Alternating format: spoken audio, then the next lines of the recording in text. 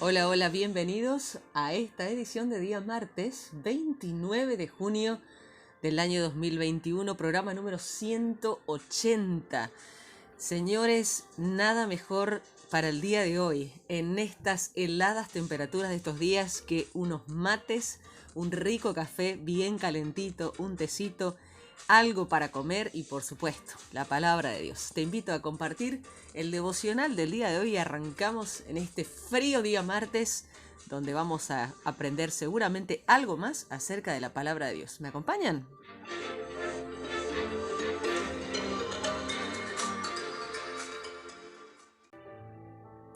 Y nuestro devocional del día de hoy se titula ¿Cómo planificar tu vida? Casi todo el mundo hace planes. Los hacemos para nuestras veladas, para nuestros fines de semana, para nuestras vacaciones. Alguna gente planifica cuántos hijos va a tener, hace planes para su educación. Tenemos que planificar nuestra economía, nuestras ofrendas. Las personas tienen planes, los negocios tienen planes, las iglesias deberían tener planes.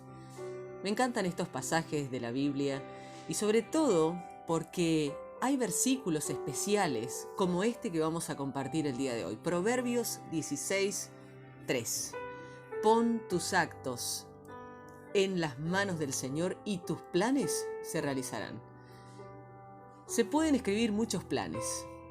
El punto es que Dios bendiga a aquellos que nosotros realizamos y obviamente va a ser mucho mejor de lo que pedimos o imaginamos. Desde entonces es importante que cada año podamos escribir, que podamos planificar lo que sucederá en el próximo tiempo. Y resulta de mucho ánimo y edifica nuestra fe echar atrás y mirar un poquito y ver todo lo que el Señor ha hecho por nosotros a lo largo de los años. Es muy fácil olvidar su amor y su fidelidad. En el libro de Proverbios que hoy vamos a leer, capítulo 15 y 16, habla justamente de esto, de nuestros planes. Aunque no siempre acertamos, o al menos me pasó a mí, no está mal hacer planes. De hecho, es bueno planificar con anticipación. Como se ha señalado, Noé construyó un arca, aún no estaba lloviendo, pero él lo hizo. Tuvo que planear, construir, trabajar en ello. El autor de Proverbios dice: los planes son del hombre. Pon tus actos en las manos del Señor y tus planes se realizarán. Aquí vemos la clave para el éxito. Tus planes nunca deberían ser hechos independientemente del Señor. Estás llamado a una relación con Él y tus planes necesitan estar en sintonía con sus planes. Tu visión y tus planes tienen que ser dirigidos por el Espíritu. Al sentir cómo Dios te guía, encomienda tus planes al Señor, trayéndolos y poniéndolos ante Él. Entonces, Dios promete que tus planes se realizarán. ¿Qué significa encomendar al Señor todo lo que haces? Bueno, empezamos con el punto número 1. Significa cooperar. La traducción de la palabra hebrea encomendar es rodar hacia. Hay dos maneras de ir por la vida. Una es decir que somos perfectamente capaces de dirigir nuestra propia vida sin Dios. Hacemos planes independientemente de Dios, según nos place. Este es el camino del orgullo, de la independencia que se suele escuchar por ahí. Al orgulloso no se le puede decir nada porque piensa que ya lo sabe todo. El otro es estar dispuesto a dejar a un lado tus propios deseos. Este es el camino de la fe y la humildad. La humildad precede a la honra, dice el capítulo 15 y el verso 33. Dios tiene planes buenos para tu vida, es lo que dice Jeremías, capítulo 29, verso 11, Romanos, capítulo 12, verso 2, Efesios, capítulo 2, verso 10. Coopera con humildad con Él, siempre dispuesto a dejar todo lo que choque con su propósito para tu vida. Lo segundo que podemos hacer, confiar. Encomendar tus caminos al Señor significa hablarle de tus planes y hacer planes conjuntamente con Él. Al comienzo de cada día puedes encomendarle tus planes. Para mí, las vacaciones son un momento para planear y para encomendar los meses siguientes, incluso el año venidero, en lo que va a pasar en manos de Dios.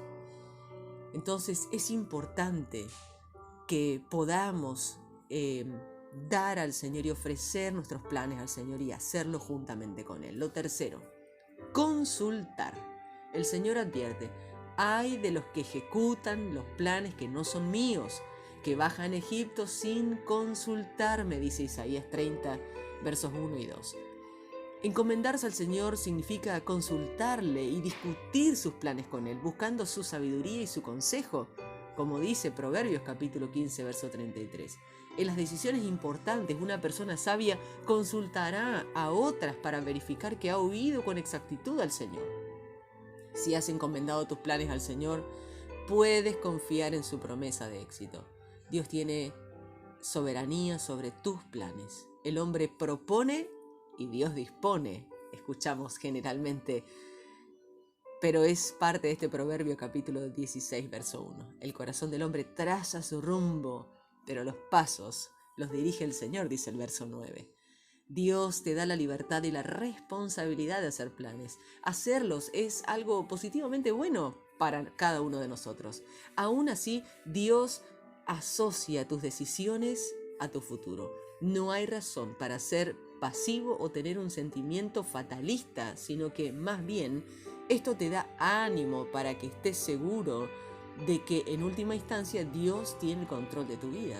No necesitas quedarte paralizado en un permanente estado de indecisión. Puedes confiar en que Dios hará que todo obre para bien para aquellos que lo aman, como dice Romanos capítulo 8, versículos 28. En el capítulo 19 de Hechos vamos a leer sobre los planes de Pablo. Pablo era un pensador estratégico que elaboró cuidadosamente sus planes.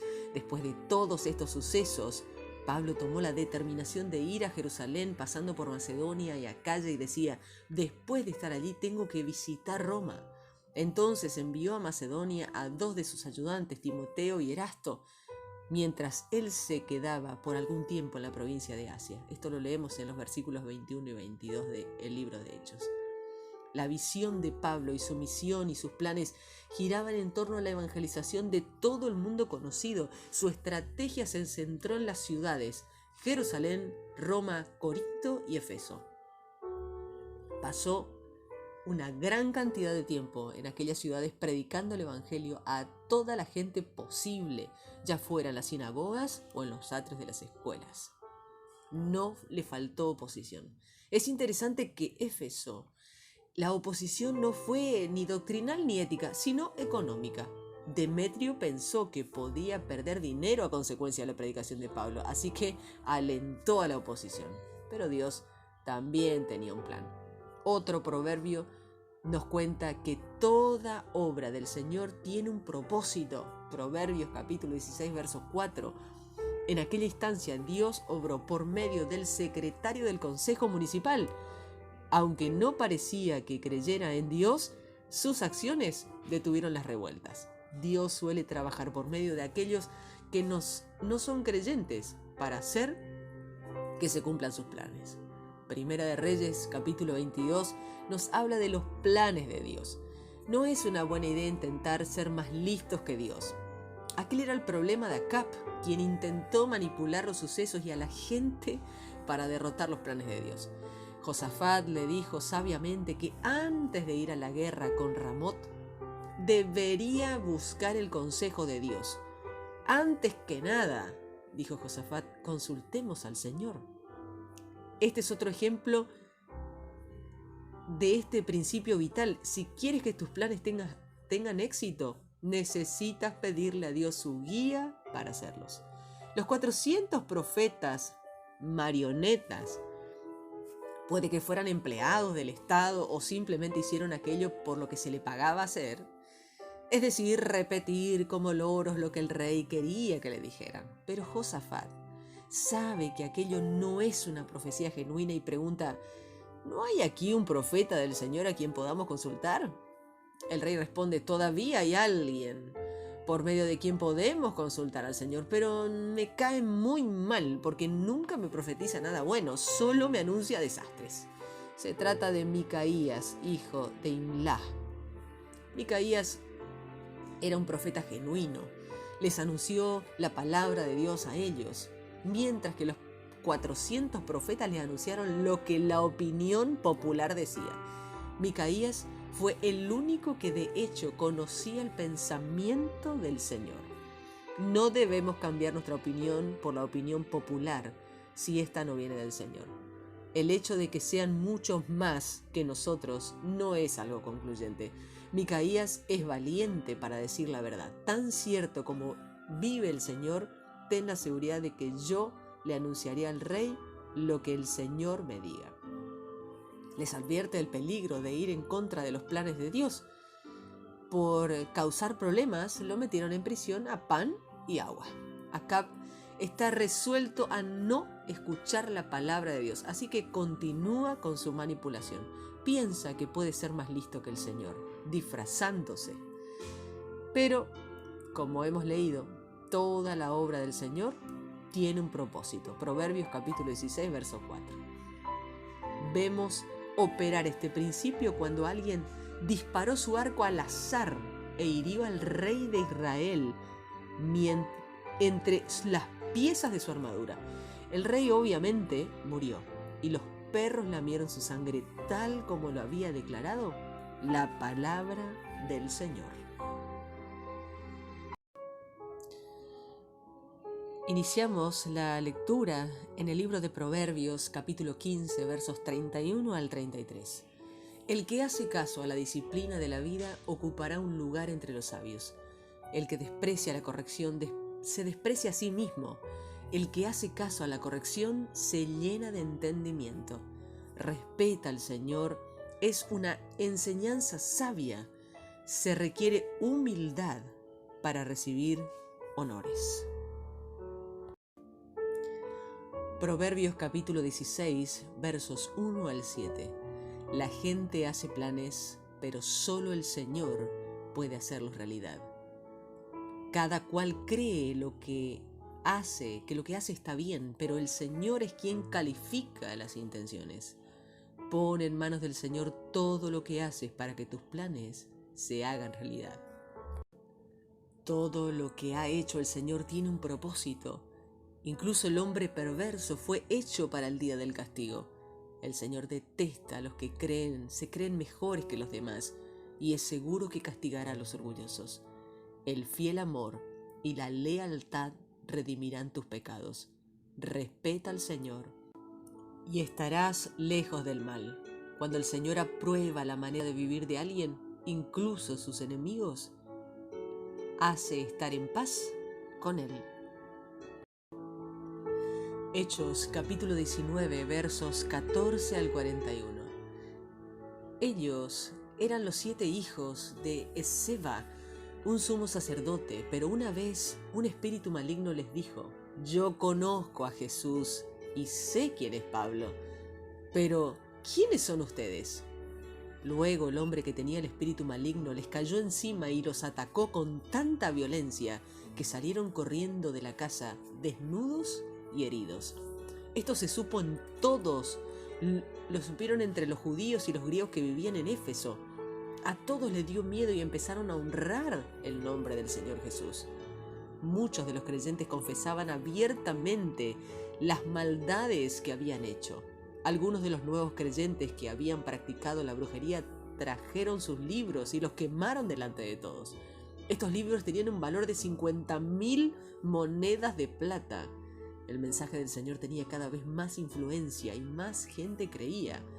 Después de esto, Pablo decidió ir a Jerusalén.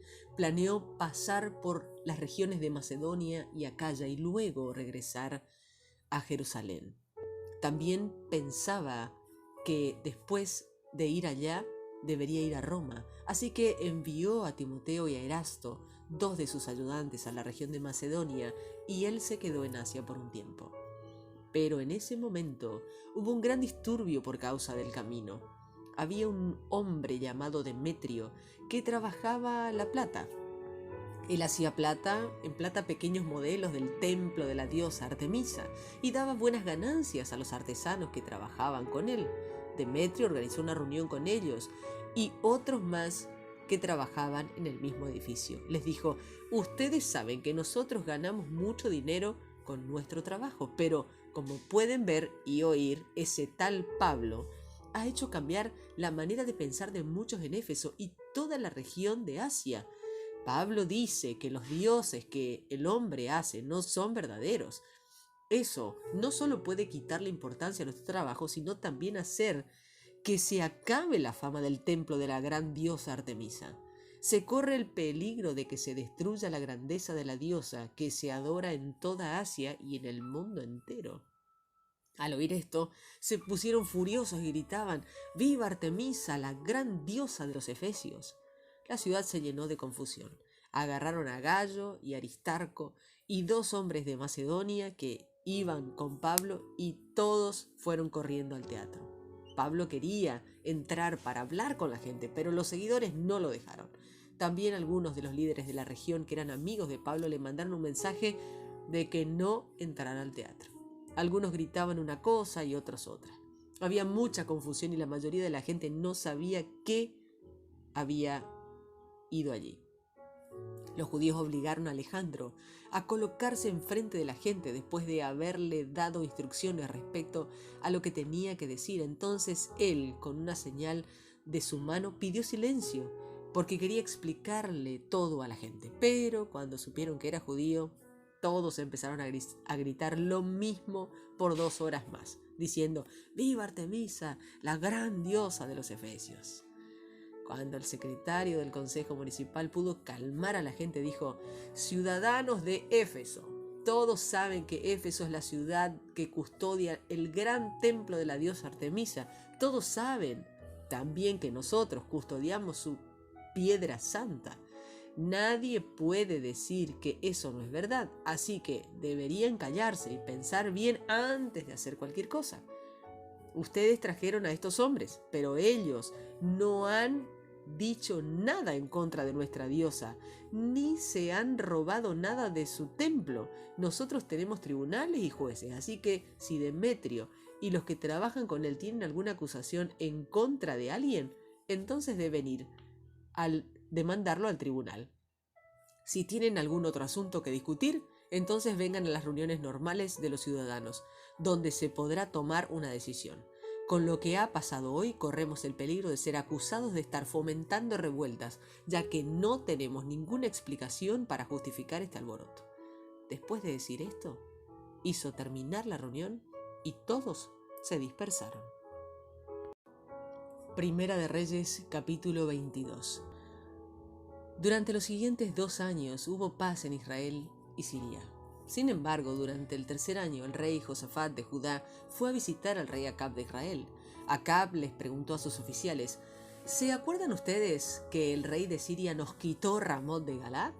Y no hemos hecho nada para recuperarla. Así que Acab le pidió al rey Josafat: ¿nos ayudarás a luchar contra el ejército de Siria en Ramot de Galaad? Josafat le contestó: por supuesto que te ayudaré. Mis soldados y mis caballos están tan dispuestos como los tuyos. Pero primero consultemos al Señor para ver lo que Él dice. Así que Acab llamó una reunión de los profetas. Había como 400 profetas y Acab les preguntó: ¿debo ir a la guerra contra el ejército de Siria y atacar Ramot de Galaad y esperar hasta otro momento? Los profetas le contestaron: ve a luchar ahora porque el Señor te va a entregar la ciudad. Pero Josafat les dijo: ¿hay otros profetas del Señor por acá? Si hay, deberíamos preguntarles. El rey Acab contestó: hay otro profeta, Micaías, hijo de Imlá, pero lo detesto porque cuando él habla de parte del Señor nunca me dice nada agradable, siempre dice lo que no me gusta. Josafat le dijo: el rey no debería hablar así. Así que el rey Acab le dijo a uno de sus oficiales que fuera rápido a buscar a Micaías, hijo de Imlá. Los 2 reyes estaban sentados, cada uno en su trono, vestidos con sus trajes reales. Estaban en los tribunales cerca de la puerta de Samaria y todos los profetas estaban de pie delante de ellos. Mientras profetizaban, Sedequías, hijo de Kenaná, uno de los profetas, hizo unos cuernos de hierro. Entonces él le dijo a Acab: el Señor dice, tú usarás estos cuernos para luchar en contra del ejército de Siria y los derrotarás y destruirás. Los demás profetas estuvieron de acuerdo con Sedequías diciendo: que marche ya tu ejército a luchar contra el ejército de Siria en Ramot de Galaad. Los vencerás porque el Señor te dará la victoria. Entre tanto, un oficial fue a buscar a Micaías y le dijo: todos los profetas, sin excepción, están diciendo que el rey va a tener éxito. Así que te conviene acomodar tu mensaje al de ellos. Pero Micaías contestó: nada de eso. Te aseguro por el poder del Señor que yo le diré al rey lo que el Señor me diga. Entonces Micaías se presentó ante el rey Acab y el rey le dijo: Micaías, ¿debemos el rey Josafat y yo juntar fuerzas para luchar contra el ejército de Siria en Ramot de Galaad o debemos esperar otro momento? Micaías le contestó: ataca ahora porque el Señor te permitirá vencerlos. Pero Acab dijo: ¿cuántas veces tengo que decirte que estás bajo juramento y que digas solo lo que el Señor te dice? Así que Micaías contestó: esto es lo que va a suceder. El ejército de Israel será dispersado por las colinas como ovejas sin pastor. El Señor dice: estos no tienen líderes, que se devuelvan a casa y no hagan la guerra. Entonces Acab le dijo a Josafat: ¿ves? ¿No es como te dije? Este profeta no me dice nada bueno, sino que siempre me dice lo que no quiero escuchar. Pero Micaías siguió hablando de parte de Dios y le dijo: escucha este mensaje que el Señor tiene para ti. Vi al Señor sentado en su trono en el cielo. Todo el ejército del cielo estaba presente con él a su derecha y a su izquierda. El Señor les dijo: ¿quién engañará acá para que ataque a Ramot de Galaad y muera ahí? Los ángeles no estaban de acuerdo en cuanto a qué hacer. Entonces salió un espíritu y se puso delante del Señor y dijo: yo lo engañaré. El Señor contestó: ¿cómo engañarás al rey Acab? El ángel le dijo: confundiré a todos los profetas de Acab, les diré mentiras a los profetas para que engañen al rey Acab. Sus profecías serán mentiras. Así que el Señor le dijo: de acuerdo, ve y hazlo, que tendrás éxito en engañar al rey Acab. Micaías dijo: efectivamente es lo que ha ocurrido. El Señor ha inspirado a todos tus profetas para que te engañen. El Señor decidió que todo te saldrá mal. Entonces el profeta Sedequías, hijo de Kenaná, se acercó a Micaías y le dio una bofetada. Sedequías le dijo: ¿de veras crees que el Espíritu del Señor me ha dejado y ahora habla por ti? Micaías contestó: mira, pronto verás el día en que tratarás de escapar yendo de cuarto en cuarto. Entonces el rey Acab le ordenó a uno de los oficiales que arrestara a Micaías. El rey Acab le dijo: agárrenlo y llévenlo a Amón, el gobernador de la ciudad, y al príncipe Joás. Diles que el rey ordena que lo pongan en prisión y que solo le den un poco de pan y agua. Manténganlo ahí hasta que yo vuelva de la batalla. Micaías dijo en voz alta: escúchenme todos. Si el rey Acab regresa sano y salvo de esta batalla, el Señor no ha hablado por mí. Entonces el rey Acab y el rey Josafat fueron a pelear en contra de los ejércitos de Siria en Ramot de Galaad. Acab le dijo a Josafat: preparémonos para la batalla. Me disfrazaré para ocultar que soy el rey, pero tú vístete con las vestimentas reales. Así que el rey de Israel empezó la batalla vestido como cualquiera que no es rey. El rey de Siria tenía 32 comandantes de carros de combate y les dijo que nadie tenía tanta importancia para él como el rey de Israel. Pero por eso les ordenó buscar al rey de Israel y matarlo sin preocuparse por el resto del enemigo. Así que durante la batalla, los comandantes de carruaje se fijaron en el rey Josafat pensando que era el rey de Israel.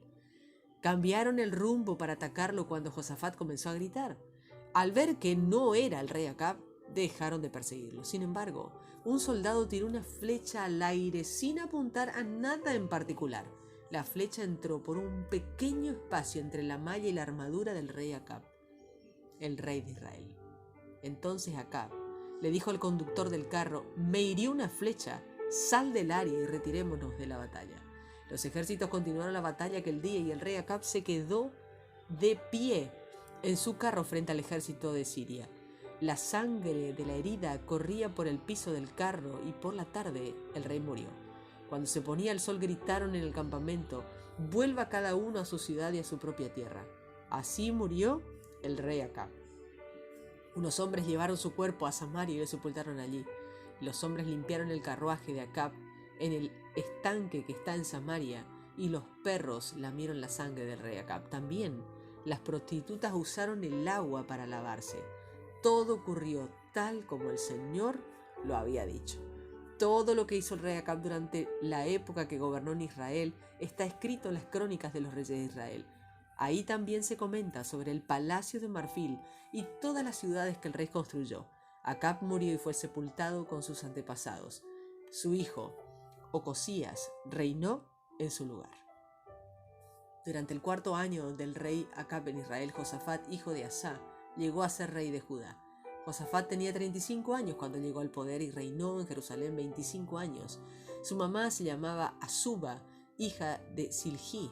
Josafat fue bueno, como lo fue su papá antes de él, e hizo todo lo que el Señor consideraba correcto, pero no destruyó los santuarios sobre las colinas. La gente continuaba ofreciendo sacrificios y quemando incienso en los lugares fuera del templo. Josafat hizo las paces con el rey de Israel. El resto de los hechos de Josafat, incluso sus enseñanzas y sus hazañas y sus guerras, están escritas en los libros de los reyes de Judá. Josafat expulsó a los que quedaban de los que se dedicaban a vender sexo en nombre de un dios. Algunos habían quedado desde el tiempo de Asá, su papá. En esa época no había rey que gobernaba Edom, y Josafat gobernaba como rey de Edom. El rey Josafat construyó barcos de carga para ir hasta Ofir y traer oro, pero los barcos nunca salieron porque se destrozaron en el puerto de Isión-Geber. El rey de Israel, Ocosías, hijo de Acab, se ofreció a ayudarle y le pidió a Josafat que dejara que uno de sus marineros fuera en los barcos, pero Josafat no quiso aceptar la ayuda de Ocosías. Josafat murió y fue sepultado con sus antepasados en la ciudad de David. Entonces su hijo Jorán reinó en su lugar. Ocosías, hijo de Acab, se convirtió en rey de Israel en el año 17 del reinado de Josafat de Judá. Ocosías gobernó en Samaria por 2 años. Él pecó contra el Señor y obró igual que su papá Acab, que su mamá Jezabel y que Jeroboam, hijo de Nabat. Todos estos líderes llevaron a los israelitas a pecar cada vez más. Ocosías adoró y sirvió al dios falso Baal, como lo hizo su papá antes de él, e hizo enojar mucho al Señor, Dios de Israel, quien se enojó con Ocosías al igual que con su papá. Y así hemos terminado nuestra lectura del día de hoy. Compartimos ahora una palabra de oración. Señor, te alabo y te doy gracias por la manera formidable en la que bendices los planes que te encomiendo. Este año, nuevamente, quiero encomendarte todos mis planes para el futuro. Señor, gracias por el ejemplo de la planificación de Pablo, su estrategia y valentía ante la gran oposición que recibió. Gracias porque haces que todo obre para tu propósito. Te pido que me guíes en todos mis planes y me ayudes a ser estratégico y valiente. Señor, gracias porque tú eres el Señor soberano y controlas los eventos de la historia. Perdóname, Señor, por las veces en las que quizá he sabido que iba por mal camino y he intentado manipular los eventos. Ayúdame a estar siempre en consonancia con tus planes. Que mis planes sean tus planes y que así esos planes tengan éxito. Amén.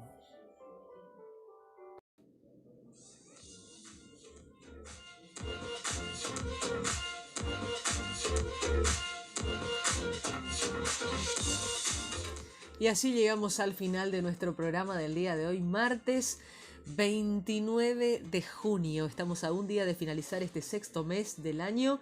Muy felices y bendecidos de compartir con ustedes un día más la palabra de Dios. Estamos a 2 días y medio de exactamente la mitad de nuestro objetivo. Así que fuerza para todos, muchas bendiciones y gracias por acompañarnos. Nos encontraremos mañana, si Dios así lo permite, en otra edición de Lee conmigo la Biblia. Bendiciones.